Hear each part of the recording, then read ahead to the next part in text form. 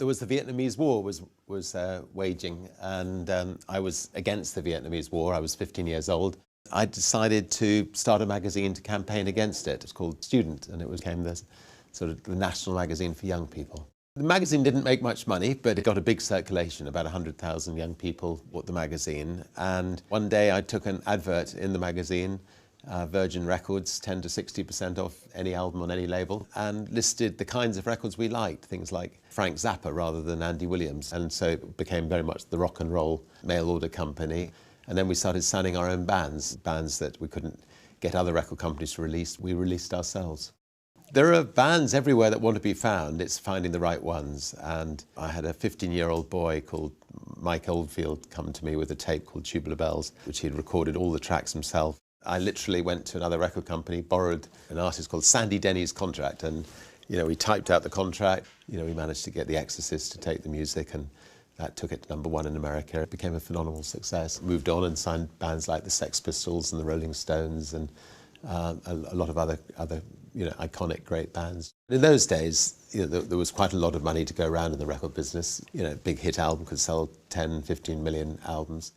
We went into the airline business because I had record companies all over the world, and I was traveling a lot on other people's airlines. And there was one time I took a flight from Puerto Rico to the Virgin Islands, and I got bumped by American Airlines, and chartered a plane, and I came out with a blackboard, and for fun I wrote Virgin Airlines, $29 to the Virgin Islands, walked around all the people who'd been bumped. I filled up my plane, and then as I was landing, somebody said to me, sharpen up the service a bit and you could go into the airline business.